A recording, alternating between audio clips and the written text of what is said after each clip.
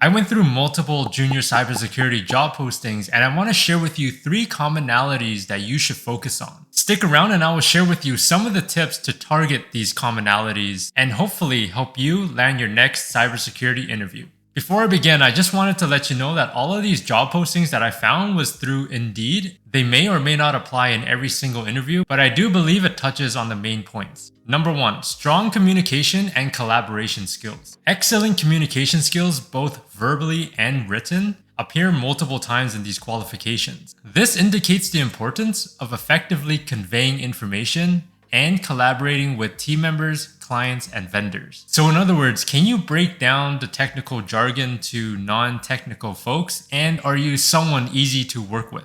You might ask, how do we target this? What you can do is create a blog post which will demonstrate your ability to communicate technical findings to a non-technical audience. Although this won't provide verbal skills, it will at least provide evidence of your written skills. Now, it isn't always about how great your technical skills are, believe it or not. In fact, interviewers tend to focus more on your soft skills. Because technical skills, they can teach. However, soft skills, being someone who can get along with everybody as well as having communication skills will definitely help you with commonality number 1. Number 2, knowledge and experience in cybersecurity technology. Various job postings emphasize knowledge and experience in cybersecurity technologies such as firewalls, your IDS/IPS, security information event management, and your EDR/antivirus. Basically, any of the cybersecurity tools that companies tend to invest in. This highlights the need for expertise in these tools to protect networks and systems. However, again, technical skills such as tools, they can teach, but you must know the basics of security in general. And also make sure to work on your soft skills as well. So how do we target commonality number 2? Well, 2 things come in mind, and that is lab and blog posts. So I mentioned blogging in the first commonality, but this one, lab and blog posts, play really well together. A lot of labs nowadays touch on common tools that are found in organizations. This will allow you to gain hands-on experience with those tools in which you can actually put onto your resume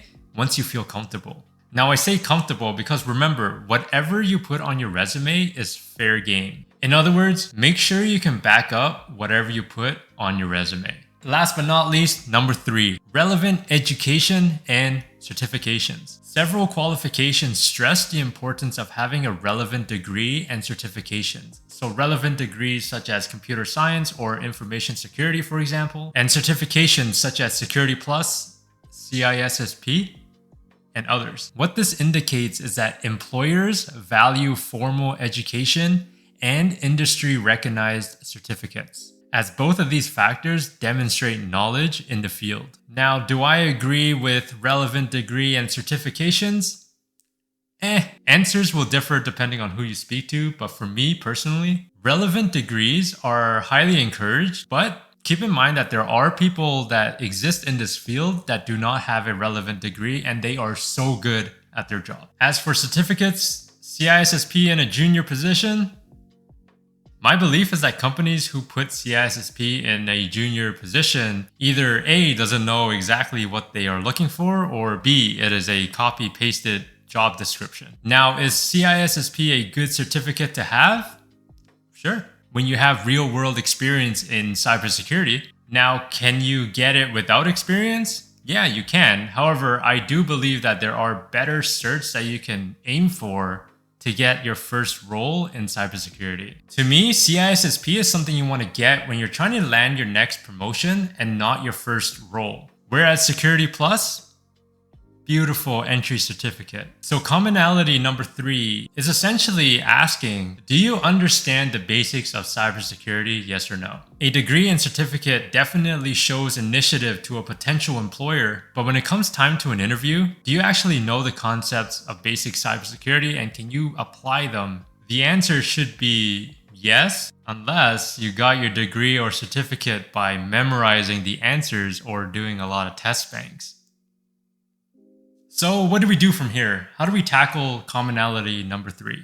If you haven't already, I highly recommend you start and enroll in Google's Cybersecurity Professional Certificate program. This will provide you with a nice introduction into cybersecurity, and then once you're done that, go and get your Security Plus. From there, focus on the topics related to the domains that you are interested in and obtain additional certificates. By doing this, we're trying to achieve one goal, and that is to show initiative to our potential employer and hopefully get an interview so you can impress them and eventually land that cybersecurity role. If you are someone trying to get started in cybersecurity, you don't have to do this alone.